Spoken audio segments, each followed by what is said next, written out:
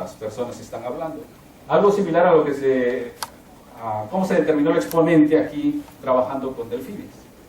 En los delfines parece ser que la importancia no solo está en el tipo de sonidos, la agudeza, o sea, los componentes de frecuencia de los delfines, sino también las pausas que hacen también llevan información. Entonces, es muy importante estudiar este tipo de sistemas desde esta perspectiva, y en particular estos autores lo hicieron un poco con esa idea de decir, si vamos a buscar vida fuera de la Tierra, ¿dónde debemos fijarnos en las señales que pudiésemos detectar para decir sí son elaboradas, sí tienen que ver con un sistema vivo? Y la moraleja es que tienen que ser en esta banda, ¿no? Bueno, entrando un poco más en materia, como les dije, cuando tengo distribuciones de probabilidad, pues muchas de ellas siguen relaciones tipo ley de potencia. Aquí muestro 3 casos. Por ejemplo, una que tiene que ver con un sistema financiero, la paridad peso-dólar. Una que es biológica, que es lo que se llama el interlatido cardíaco, la duración del ciclo sístole-diástole en el corazón. Este sería el número de latido y este sería el tiempo de duración del interlatido. Este sería algo que se llama el número de sismos por día, y este sería el tiempo, ¿no? Entonces, si se dan cuenta, estas 3 series de tiempo tienen un distinto aspecto, y un poco la idea es cómo las caracterizo. Es decir, ¿qué tiene que ver un punto acá con un punto previo, n pasos atrás? Bueno, no es fácil porque tiene uno que lidiar con algo que se llama no estacionalidad. Es decir, la media aquí, si uno la calcula, estaría por aquí, pero no es representativa del sistema. Sin embargo, esta, por ejemplo, que es mejor comportada, en esta sí podría decir que el valor medio es representativo, y así podría yo seguir caracterizando las cosas. Bueno, sin embargo, si uno recurre a transformaciones o análisis que tienen que ver con precisamente esto, explotar lo que se llama el escalamiento, uno puede llegar a obtener información de manera indirecta que te evitan hacer como evaluaciones con metodologías erróneas. Uno puede calcular la potencia espectral, por ejemplo, de este tipo de secuencias. Sin embargo, al ser no estacionarias, la información de la potencia espectral del análisis de Fourier te puede llevar a conclusiones erróneas. Voy a hablar brevemente de este método que se llama análisis de fluctuaciones sin tendencia, que precisamente explota esa propiedad de escalamiento observada. Y la idea es muy sencilla. Ustedes tienen una secuencia de datos como esta, muy irregular. Entonces lo que hacemos es le restamos la media y la acumulamos, y con ello obtenemos esta lineal negra que es más suave, que llamamos integrada, y luego hacemos lo que se llama un análisis por cajas. Definimos cajas de tamaño n y hacemos la siguiente operación. Restamos el valor experimental del valor, perdón, está acá. Restamos el valor experimental integrado menos el valor de lo que yo voy a llamar el ajuste lineal que está señalado aquí en rojo. Puede ser lineal, puede ser cuadrático, sin embargo el lineal es como el más básico. Si yo ajusto en esta caja de manera lineal, si se dan cuenta, existe una desviación de la línea integrada respecto a ese ajuste. Entonces lo que me interesa explotar es, dada la estructura de la serie, cómo se comporta esta desviación de las líneas negras comparadas con lo que yo le llamo el ajuste en esa caja, que está representado en rojo. Y lo hago para todas las cajas que yo definí en mi secuencia. Bueno, eso se llama evaluar la fluctuación media que está digamos, dependiendo del tamaño de caja que yo seleccioné inicialmente. Lo que hago después es crecer el tamaño de caja y ver si ocurre precisamente un escalamiento como este. Aquí muestro una gráfica representativa, es decir, aquí grafico el logaritmo del tamaño de la caja contra el logaritmo de esta fluctuación que definí acá, y lo que encuentro es que si la serie presenta ese escalamiento, puedo decir lo que se llama comúnmente que es una serie autosimilar, es decir, existe un exponente que caracteriza las fluctuaciones en este plano log-log. De manera más importante, puedo decir que si el exponente tiene cierto valor, puedo hablar de las propiedades dinámicas de la serie original. En particular, por ejemplo, si el exponente es cercano a 1, puedo decir que tengo memoria de largo plazo, lo que se llama el ruido 1 en F. Si el exponente es 0.5, si está más ajustada la distribución de puntos, estoy hablando de ruido sin memoria, ruido descorrelacionado. Si el exponente crece hasta 1.5, hablaría yo de que tengo correlaciones cortas, memorias cortas, ruido browniano. Bueno, este método lo que hace es precisamente explotar esa propiedad de escalamiento, que es muy importante. Si se dan cuenta, típicamente los valores están acotados desde un régimen sublineal, que sería 0.5, hasta un régimen superlineal, que sería, perdón, 0.5 hasta un régimen superlineal, que sería 1.5. Bueno, uno puede seguir buscando cómo caracterizo la organización temporal de las series de alguna manera, mediante alguna transformación como lo acabo de ver con el método DFA. Otra forma de hacerlo es lo que se llama transformar una serie de tiempo a una red. Lo que implica transformar una secuencia de datos o de valores a una red, pues es que yo puedo explotar todas las herramientas de analizar redes complejas para caracterizar la serie original. Sin embargo, transformar una secuencia muy irregular como esta a una red no es algo sencillo. Sin embargo, existen ideas o métodos para hacerlo. Un método muy recurrente es algo que se llama método de visibilidad. Nosotros lo aplicamos a lo que se llaman secuencias de longitudes de palabras, regresando al lenguaje. Es decir, yo tengo un texto y me olvido de las letras que lo componen, sino me centro en decir cuántas letras tiene cada palabra. Entonces, yo lo que veo es que las palabras tienen distinta longitud, es decir, tienen distinto número de letras. Y entonces, por ejemplo, si yo grafico el número de letras contra la palabra consecutiva aquí, la longitud de la palabra contra la palabra consecutiva en un texto, pues puedo ver que esta va a ser muy irregular, ¿no? Tendré una muy larga, después una corta, etcétera, etcétera. Y la idea es cómo caracterizo esta organización temporal o por qué se escribe así. Una palabra larga va después de una corta, o después de una palabra larga sigue una larga, o dos cortas son consecutivas con mayor probabilidad. Ese tipo de respuestas queremos saber.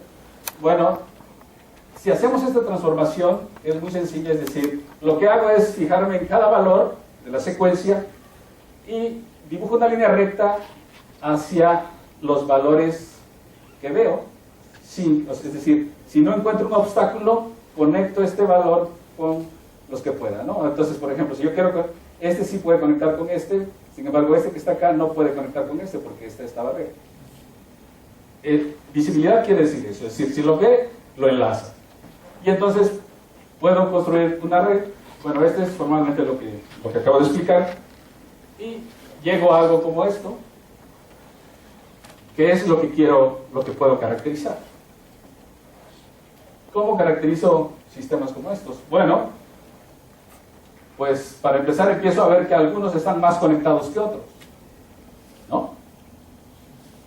Y en particular eso tiene que ver desde el punto de vista geométrico, pues de que va a haber algunos más grandes que otros, y estos van a tener más posibilidad de enlazar a muchos más. Bueno, ese tipo de nodos, de valores, son los que se llaman hubs. Son los que concentran el mayor número de enlaces, y eso me permite caracterizar una red. Esto, rápidamente voy a decir, por ejemplo, la distribución de grado es simplemente contar las conectividades de cada enlace que aparece en mi red. O sea, dada la matriz de adyacencia, que es la que me encierra todas las conectividades, simplemente hago el histograma de cuántos enlaces tiene cada nodo, hago la estadística, hago el histograma y encuentro que para cierto tipo de redes lo que tengo es precisamente un escalamiento, es decir, conforme yo crezco el tamaño del grado, la probabilidad de que existan esos nodos va decreciendo, pero decreciendo siguiendo en un plano log-log una línea recta. Entonces nuevamente ese escalamiento me permite caracterizar la red mediante un exponente que es indicativo de qué tan rápido o qué tan lento decrecen las conectividades.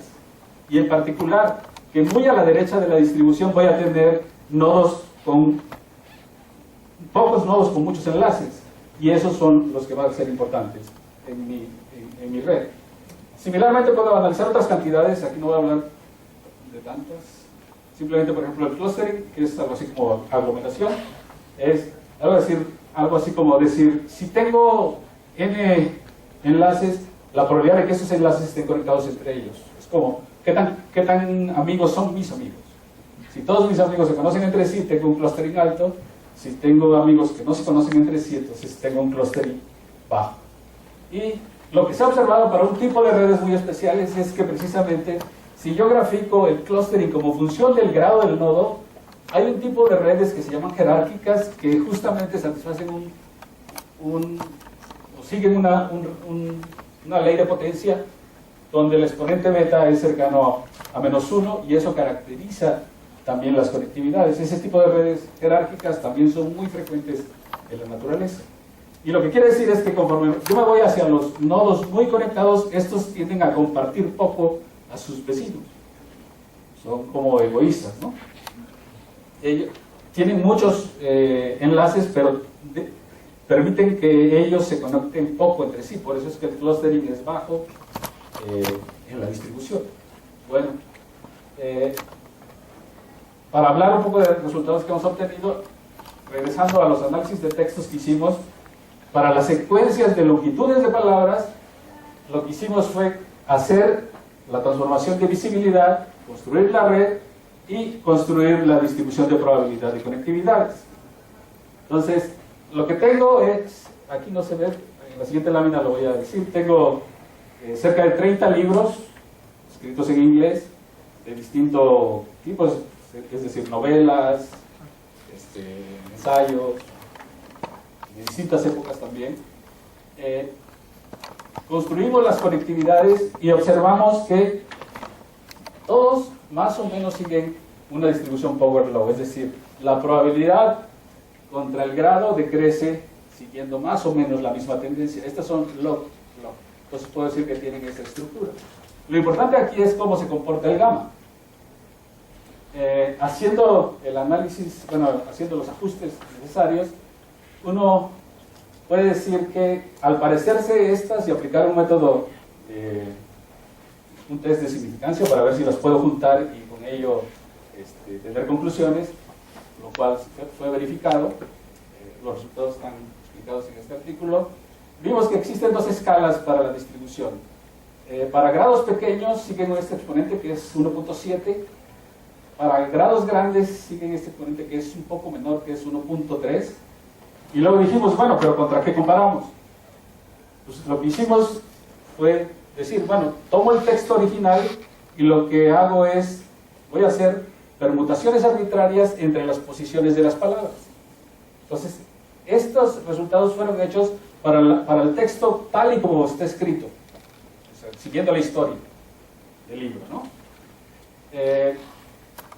Al revolver las palabras, lo que estoy destruyendo precisamente es esa memoria, porque el texto ahora no va a tener sentido, voy a tener un texto desordenado, y lo que pasa, hicimos la transformación y encontramos que la distribución, es la representada aquí en rojo, esa colapsó a un valor cercano a 2. Entonces, pues gruesamente la conclusión podría ser que para escalas pequeñas, la forma en cómo se ordenan las palabras es más o menos bastante cercano al régimen aleatorio, es decir, 1.7 está cercano a 2, mientras que si me voy a escalas largas, o sea, los nodos más conectados, estos se separan bastante del valor 2. O sea, 1.3 comparado con 2 ya es bastante importante, y entonces la memoria en los textos está precisamente, la modulan los nodos muy conectados, que son las palabras largas, que son los que tienen más grado. Bueno, eso fue robustecido por un test de significancia, del cual no voy a hablar. Sin embargo, sí voy a comparar si esa información que estaba yo viendo con visibilidad es coherente con lo que yo observo en DFA. Por ejemplo, si analizo con el DFA cómo se comportaron esas secuencias de palabras y hago el análisis del tamaño de ventana contra la fluctuación, encuentro precisamente esos dos regímenes de los que hablaba a través de la distribución de grado. En escalas cortas es cercano a 0.5, que dijimos que era el caso ruido blanco, ruido sin memoria, mientras en escalas largas el exponente crece, diciendo que precisamente ahí hay memoria, con lo cual es muy consistente con lo que observamos mediante la transformación a visibilidad. Bueno, estos son los libros que analizamos, algunos religiosos, por ejemplo la Biblia y el Corán, están aquí. Y estos son los resultados de los exponentes en estas escalas, lo que llamamos escalas cortas y escalas largas. Entonces, como pueden ver, también existen casos donde el escalamiento no es único, sino, como en este caso, precisamente hay dos regiones que siguen al inicio una tendencia y después, conforme me voy a las escalas grandes, siguen otra tendencia. Bueno, y aquí también para verificar, graficamos los exponentes cuando revolvemos el texto original y volvemos a calcular el exponente mediante el método DFA y encontramos que justamente el caso donde revuelvo el texto colapsan a 0.5 tal como esperamos, es decir, cuando yo tengo un texto que es mezclado no esperaría tener memoria, justamente lo hago para destruir esa organización temporal. Existen muchas cosas que se pueden hacer, no voy a hablar de eso. Lo aplicamos también a secuencias de actividad sísmica, es decir, aquí la altura ya no es la longitud de palabra, sino es la magnitud de un sismo. Tengo el tiempo y hago lo mismo, ¿no? Voy a una red y la caracterizo. Bueno, agarramos tres regiones, México, Italia y el sur de California, que son muy activas y estudiadas en cuestión de sismos, y calculamos la distribución, en este caso la acumulativa sobreviviente para las tres regiones. Justamente México es la que está mejor caracterizada por un comportamiento tipo power law, con un exponente cercano a 2, mientras que para Italia y el sur de California existen desviaciones, sobre todo en la región de sismos grandes, que son los que me llevan a grados grandes. Bueno, voy a hacer una pausa solo para hacer este comercial. En Lupita tenemos una maestría en tecnología avanzada, un doctorado en tecnología avanzada. Estas son las instalaciones. Y afortunadamente estamos en el PNPC, con lo cual es posible obtener becas con así, lo cual siempre es bueno, ¿no? Bueno, con eso voy a pasar a la segunda parte de la charla. Espero no sea más tediosa porque voy a enseñar algunas fórmulas. Dicen que enseñar fórmulas no es buena idea, pero en este caso va a ser necesario. Y voy a hablar con una cita hacia Mandelbrot, que es uno de los pioneros en esta área. Y ya Mandelbrot señalaba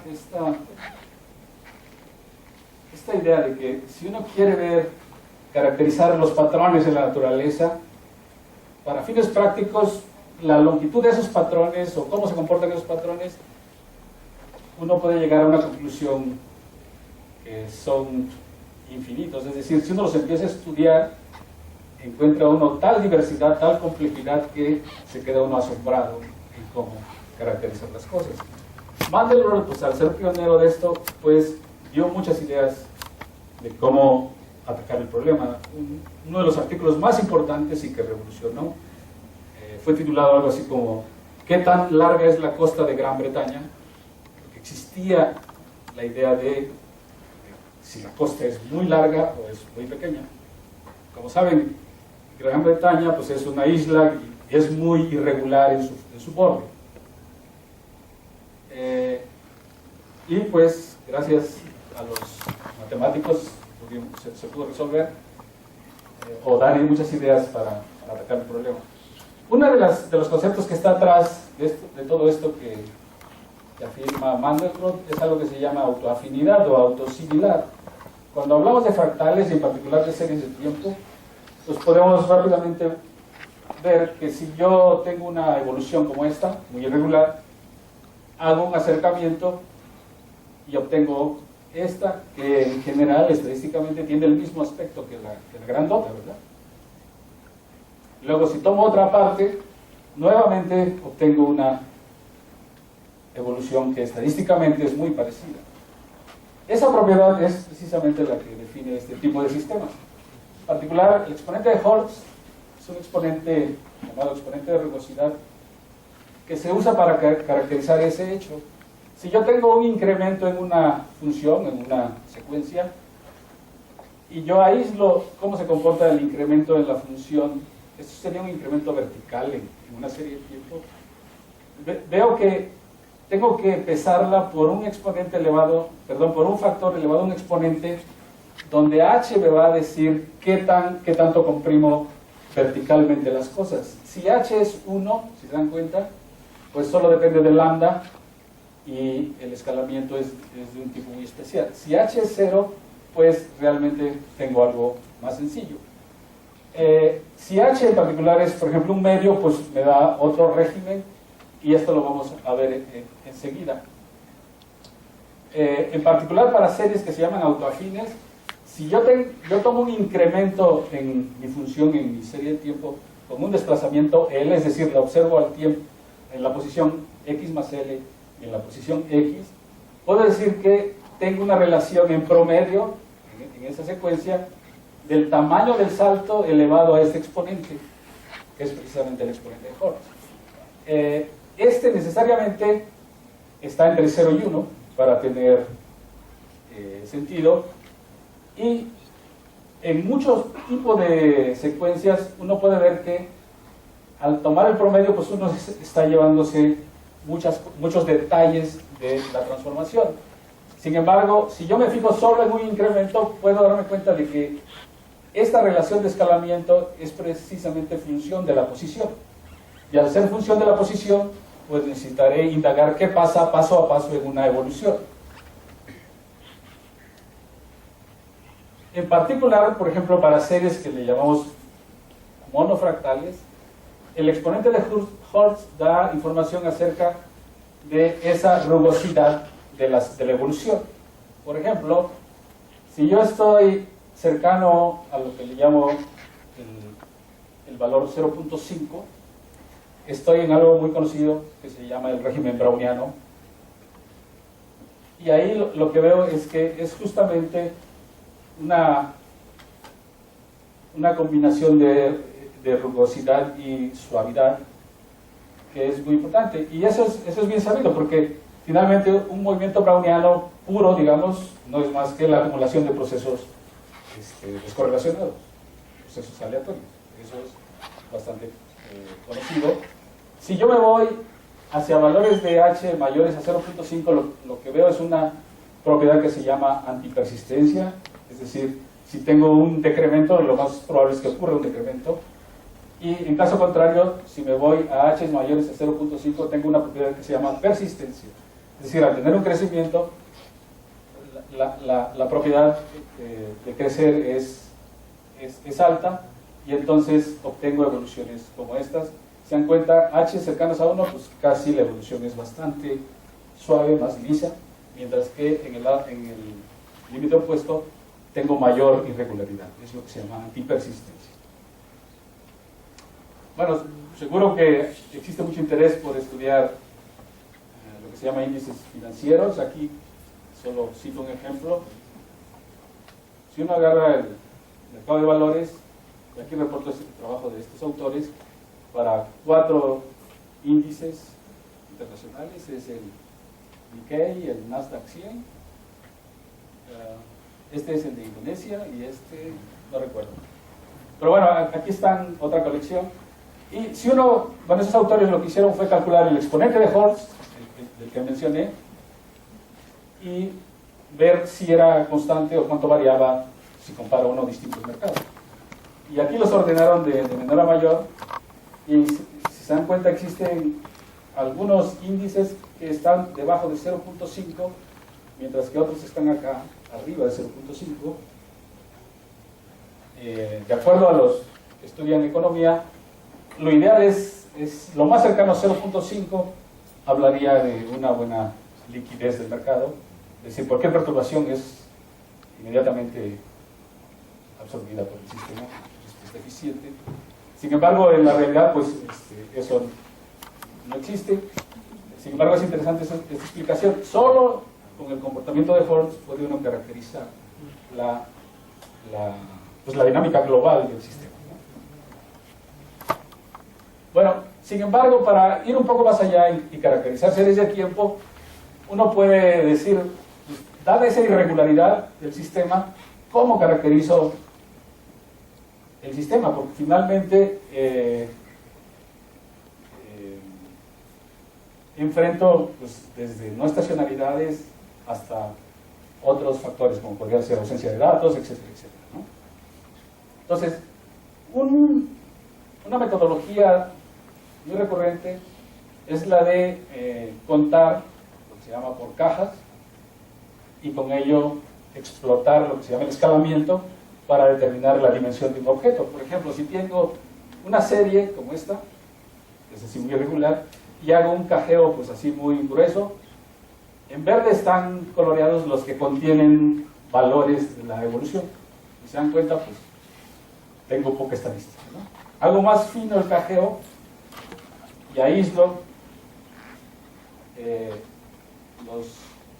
las regiones que poseen puntos de la evolución, pues aumentó el número de cajas y puedo hacer una estadística jugando con eso, con el tamaño de mi medida contra el número de, en este caso, rectángulos o cuadrados que necesito para cubrir el objeto, ¿no? Eso es bastante intuitivo y eso es precisamente lo que se explota en la definición formal de dimensión. Es decir, si yo tengo el número de objetos de tamaño delta multiplicado por el tamaño delta elevado a un exponente d, me doy cuenta de que si decrezco el tamaño de mi medida, sería el equivalente a esta cuadrícula, reduzco el tamaño de la cuadrícula, pues necesariamente el número de segmentos o en este caso de cuadrados que necesito para tapizar el objeto crece, ¿no? Entonces este crece mientras delta decrece y entonces puedo llegar a 0 o a infinito. Bueno, resulta ser que para objetos que tienen una propiedad donde se puede definir un valor, es decir, que esta cantidad no diverja en este límite, se define algo que se llama la dimensión de Hausdorff. Y esto pues es muy importante porque me permite despejar esta dimensión de Hausdorff de aquí, porque al ser este valor constante, para poder definir esto, pues hay una relación inversa entre el tamaño elevado a la d y el número de objetos que necesito para cubrir el objeto. Entonces eso me lleva a una definición estándar, digamos, dimensión fractal, etcétera, etcétera. Sin embargo, puedo ir un poco más allá. ¿Qué pasa si ahora peso la forma de contar? Es decir, no todos los objetos que cubren, perdón, no todos los segmentitos o en ese caso rectángulos que cubren al objeto pesan lo mismo, sino pondero esa probabilidad de que pertenezcan a cierta caja por un exponente Q, pues entonces esta medida la generalizo a esta sumatoria, donde esta sumatoria en general me lleva al número de elementos que necesito para cubrir el objeto, que depende de Q y obvio de delta, y nuevamente multiplicado por delta elevado a la d, y nuevamente en el límite pues diverge o es 0. Sin embargo, para algunos objetos va a ser finito y puedo definir algo que se llama, algo equivalente a lo de la dimensión acá, pero le llamo exponente de masa. Eso, pues, si se dan cuenta, exploto esta relación de que es finita y puedo llegar a un despejando delta, y lo paso con exponente negativo, puedo explotar esta relación de escalamiento y determinar este exponente de masa como este límite del logaritmo del número de objetos de tamaño Q, definidos así, contra el logaritmo del tamaño del objeto característico que uso para medir. Bueno, esto es como la teoría formal, digamos, suena muy bien y